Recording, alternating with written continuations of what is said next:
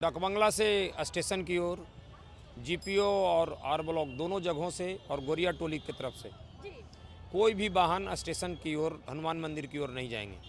बंगला वाला रास्ता ये रास्ता बंद रहेगा ताकि किसी को कोई जाम की भी समस्या नहीं हो, कोई ट्रेन पकड़ने में भी कोई असुविधा नहीं हो। दूसरी बात जो बेली रोड का है, जो कल शाम के लिए खास करके उसमें हम लोग बेली रोड जो लोहिया चक्र है, लोहिया चक्र से हम लोग बेली रोड में हाई कोर्ट की ओर प्राइवेट वाहन को जब जुलूस स्टार्ट हो जाएगा, 5 बजे स्टार्ट हो या 6 बजे स्टार्ट हो, उस समय हम लोग प्रतिबंधित किए हैं, उनको डाइवर्जन किए हैं।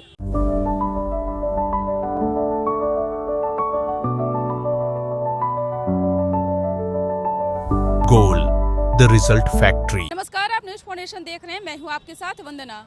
रामनवमी के पावन मौके पर जहां राजधानी पटना की सड़कों पर श्रद्धालुओं का सैलाब उमड़ पड़ता है, तो वहीं ट्रैफिक व्यवस्था एक बड़ी चुनौती बन जाती है।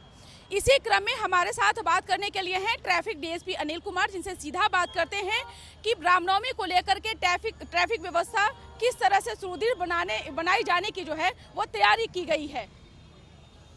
खास करके जो आज रात्रि 2 बजे से हनुमान मंदिर का पट खुलेगा, इसकी व्यवस्था को देखते हुए हम लोग डाकबंगला से स्टेशन की ओर जीपीओ और आर ब्लॉक दोनों जगहों से और गोरिया टोली की तरफ से कोई भी वाहन स्टेशन की ओर हनुमान मंदिर की ओर नहीं जाएंगे।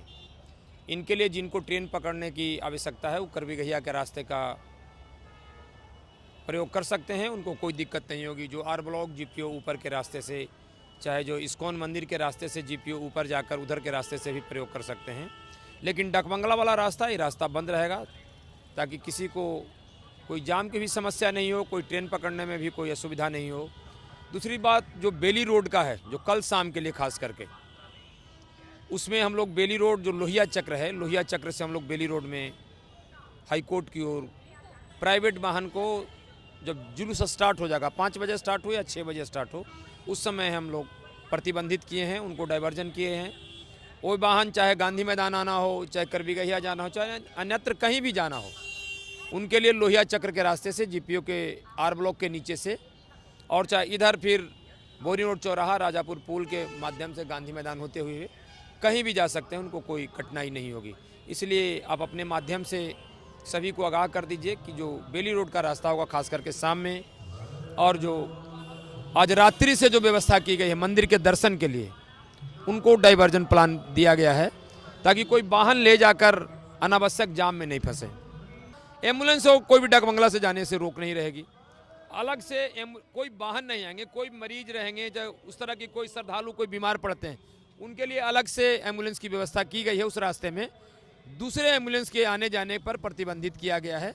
सरकार की ओर से, प्रशासन की ओर से व्यवस्था की गई है। बाकी अन्यत्र और कोई रास्ते में बेली रोड में अगर कोई एम्बुलेंस आते हैं, हॉस्पिटल जाना है, तो उनके लिए कोई रोक नहीं है।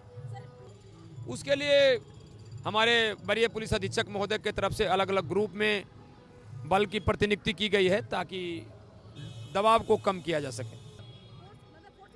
नहीं, पुलिस लाइन से भी हम लोगों को भी अतिरिक्त फोर्स मिला है, और हमारे जो भी और दूसरे जगह बल की प्रतिनियुक्ति की गई है जहां कल दबाव, चाहे आज रात्रि से दबाव वहां कम रहेंगे, उन जगहों से बल को हम कलेक्ट कर जहां पर अधिक दबाव बनने की संभावना है उन जगहों पर लगाए हैं। नहीं तो डाकबंगला वाला रास्ता इससे भी शाम में बंद रहेगा। जो जुलूस का कार्यक्रम है, सभी जुलूस डाकबंगला पर आने का है, चाहे बेली रोड से है, चाहे भट्टाचार्य की तरफ से है, जो भी है। तो इसलिए ये रास्ता का प्लान डाइवर्जन किया गया है। कोई भी वाहन आने की अनुमति शाम 5 बजे के बाद डाकबंगला की ओर भी नहीं होगी। हम आम जनता से यही अपील करते हैं कि जो उनके लिए रास्ता निर्धारित दिया गया है उस रास्ते का प्रयोग करें।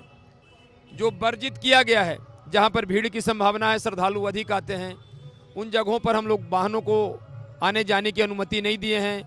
वहां पर आने पर दुर्घटना भी हो सकती है, इसलिए प्रतिबंधित किया गया है। बाकी उनके लिए सारे रास्ते खुले हुए हैं, कोई कठिनाई नहीं होगी। अभी पा सकते हैं, व्यवस्था की गई है।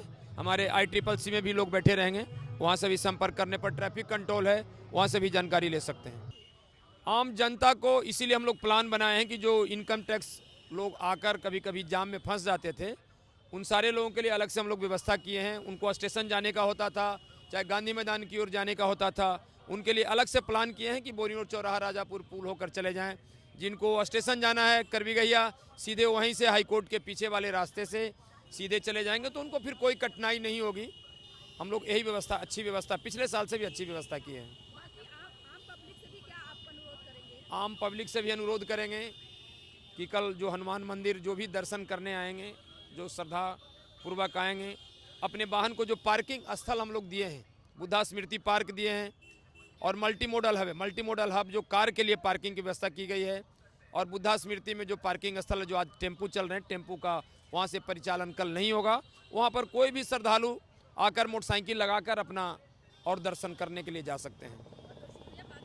Thank you. तो आपने सुना क्या कुछ कहना था पटना ट्रैफिक डीएसपी 2 अनिल कुमार का, जिन्होंने अपनी जानकारी साझा करते हुए कहा कि रामनवमी के मौके पर जो आम जनता का सैलाब देखने को मिलता है, कई बार ऐसा भी देखा गया है कि जाम और अव्यवस्था के कारण वो परेशान हो जाते हैं, लेकिन इस बार रामनवमी में ट्रैफिक व्यवस्था दुरुस्त कर ली गई है। अब देखने वाली विषय होगी कि रामनवमी के मौके पर जो भीड़ जुटती है उसको किस प्रकार से जो है ट्रैफिक व्यवस्था संभालते हुए कितनी बड़ी ये चुनौती को जो है ट्रैफिक व्यवस्था सामना करेगी। इस पर बस इतना ही। सहयोगी अकबर अली के साथ न्यूज़ फॉर नेशन पटना।